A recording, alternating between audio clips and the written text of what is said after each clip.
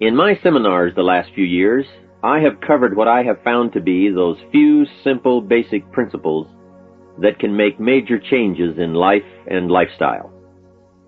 One of those subjects that gets the most comment is diseases of attitude. And out of that subject, worry and how to kick the worry habit have caused the most questions. So in this brief visit with you, let me give you my best look at worry, how to recognize it and define it, and what to do about it. And hopefully, these ideas will give you a good chance for confidence over worry. First of all, worry might well be killer number one. And if it is not the number one physical killer, although doctors tell us worriers die sooner than non-worriers, and we have all heard the expression, worry yourself to death, at least it is the number one killer of dreams and achievement, of energy and vitality and lifestyle. I know the damage and effect of this killer, worry, firsthand. I will spare you the details, but over a period of some 3 years, I let worry get out of hand. As I've mentioned before, I became a super worrier. I was good at it.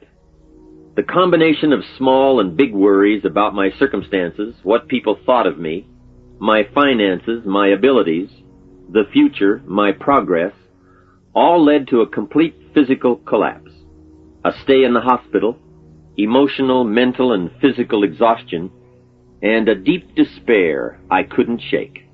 A sad picture for a young man who should have been well on his way to carving out his share of opportunity. I am happy to tell you that good fortune came my way, and as many of you may be aware, I met a man, Mr. Earl Schoaf, with his ideas and inspiration and the help of a very close friend.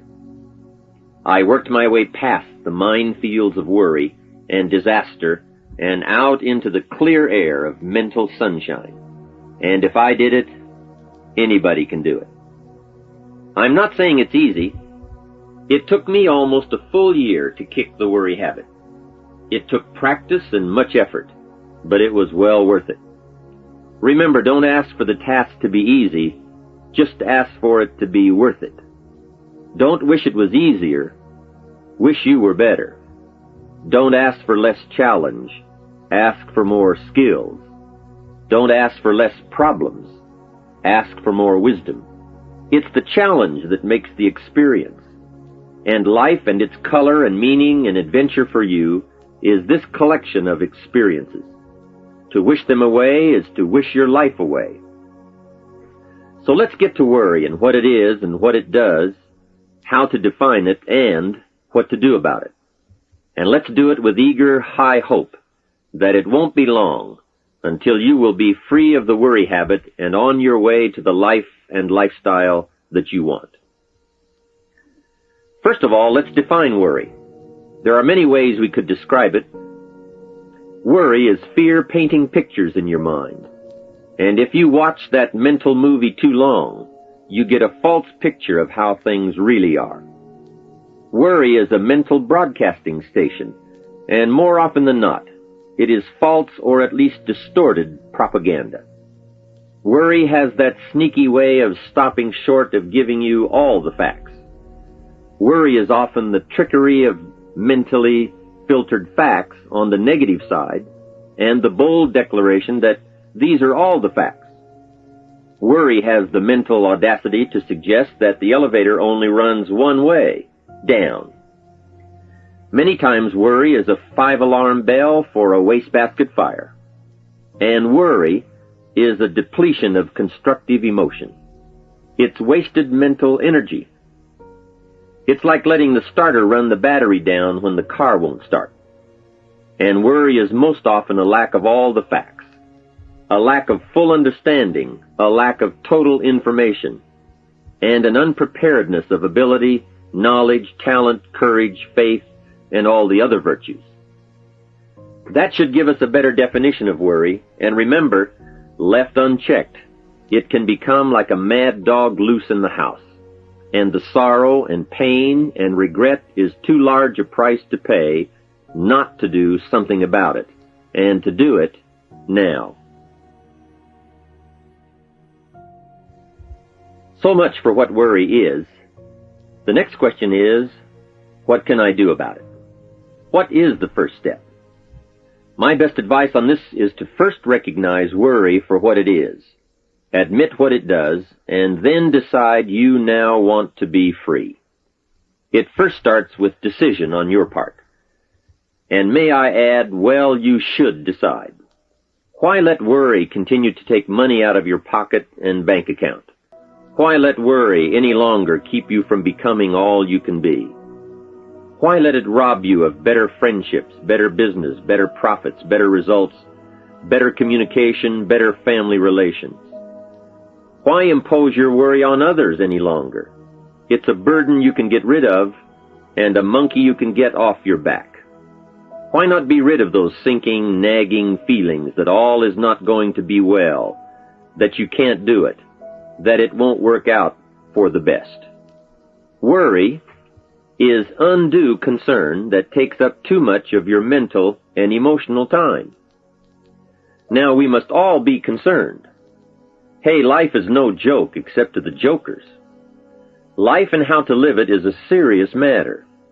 It is risky, full of peril, and there are constant threats to the good we want and to the pursuit of happiness.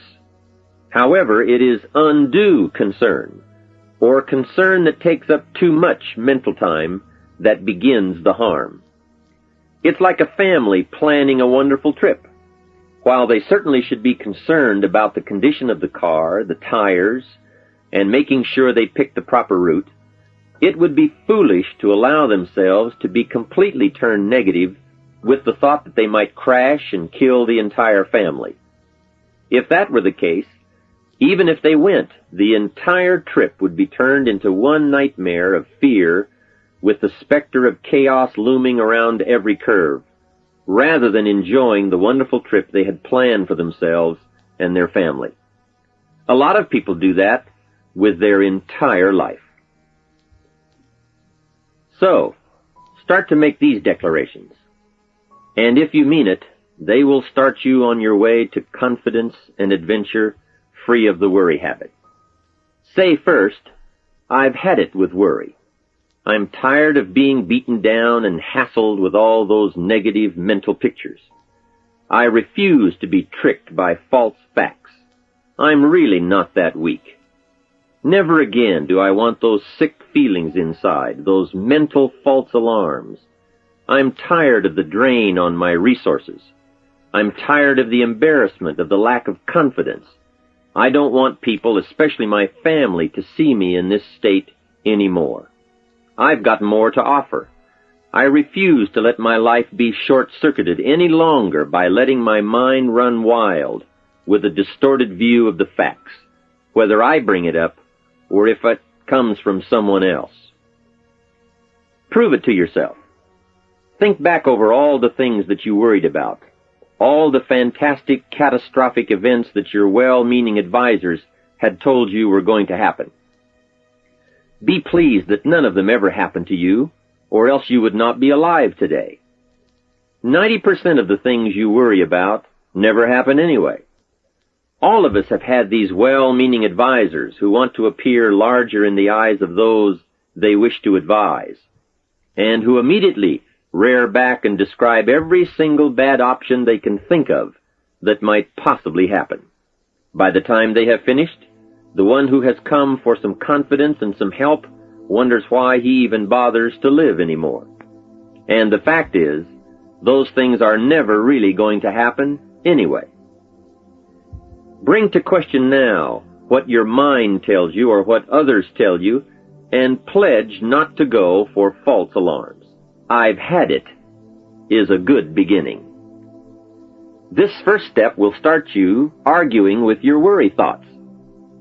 Soon you will start to examine your fears and worries to see if they are valid, and you won't let your mind play those mental tricks any longer. It is possible to destroy any emotion you have, including worry and fear, by a very simple process, and that is, analyze it to death.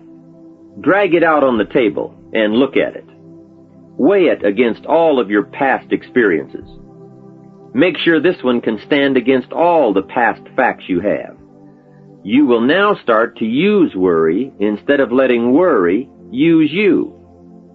It's a beginning, being in control instead of out of control. You will now let concern and the first signs of worry prompt you to learn, ask questions, and look at all sides in order to evaluate true, positive, constructive action. Now you can say, I will let fear advise me of the facts, but I won't let fear tell me these are all the facts. Nor will I let fear determine my reaction to the facts. I will gladly take up the war of faith over doubt, reason over fear, and positive expectation over worry. So talk to yourself right now into a change of attitude. Be persuasive. Go all out. Show yourself the hell if you don't, and the good life of answers and progress if you do.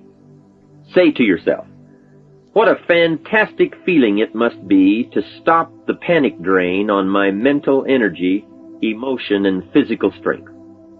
Imagine putting all that saved energy and emotion and strength into my action plans for the good life. Hey, accept the challenge. Believe your beliefs, doubt your doubts, stay on the campaign to give worry a bad time. Like being your own conscientious judge, say, I've had it with the presentation of a one-sided story. I sustain the objection that worry has failed to bring out all the facts. I despise these mental courtroom maneuvers that try to belittle my client, me. I demand the whole truth, and if worry will not be silent, I may cite him for contempt of the court of reason. Call up that scene often when worry wants to hassle you with the same old tricks and the same old results. It will work every time. Okay, let's move on to some really positive steps. If you can survive all that has happened to you up to this moment in your life, in spite of doing and thinking many of the wrong things, imagine how you can succeed by now starting to do some of the right things. First, the best answer to worry is confidence, and confidence starts first with awareness. Here is one of the most important lessons in life to learn. Life and business is like the changing seasons, and the real challenge of life is to learn how to handle the winter and take advantage of the spring. In short, that's it. You see, winter always comes, but so does the spring. Night follows day, but also day follows night. Sure, the tide goes out, but it always comes in. Opportunity follows difficulty as surely as difficulty follows opportunity. For this subject, however, let's talk about how to handle the winters. Those times when worry, like winter, takes its heavy toll. So, we tell it like it is. Winter always comes. So does the night. Some happenings in our life will always be a cause for concern. And sometimes concern turns to worry, and worry turns to fear. But remember, that is to be expected. Each day, each event, each season brings both expected and unexpected challenges that we must think about and make decisions on. Life is like a stream that flows continuously. The better we understand that, the better chance we have to produce good results out of all of our challenges. Here's some of the best advice I have on worry. First, don't be afraid to face the facts of life. It is not negative to understand that the winters always come. Don't be faked out. Don't clip the word impossible out of the dictionary. Sure, the Bible says all things are possible. Don't say, I don't want to hear the problem. I don't want to see the difficulty. Don't show me the weeds. Don't say anything negative. Only see the positive. That's foolish. There is a thin line between positive thinking and kidding yourself. And remember, there's also a thin line between faith and folly. Here is the key. Humans have the unique ability to see it as it is, and they also have the ability to see it better than it is. One is called fact, the other is called faith. Faith you develop, facts you acquire. The facts you acquire are essential. It's like belief. You constantly must find facts to support your belief. Here is a good prayer.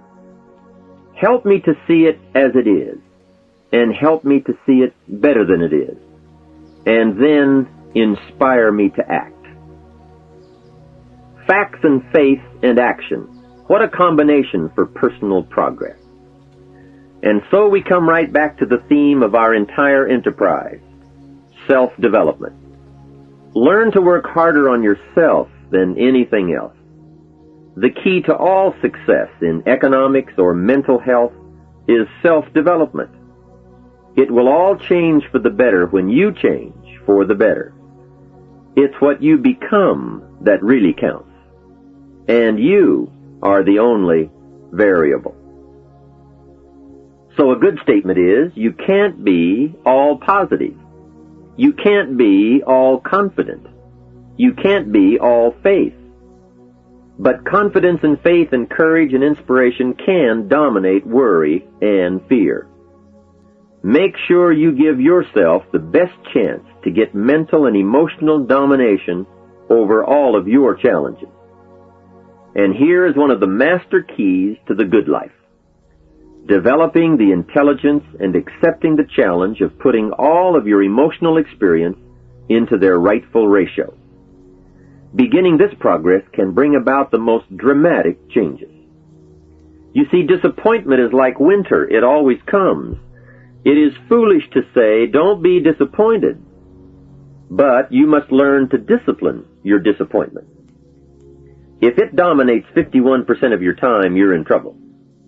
Continued heavy disappointment is like 12 months of winter. And 12 months of winter leaves very little alive.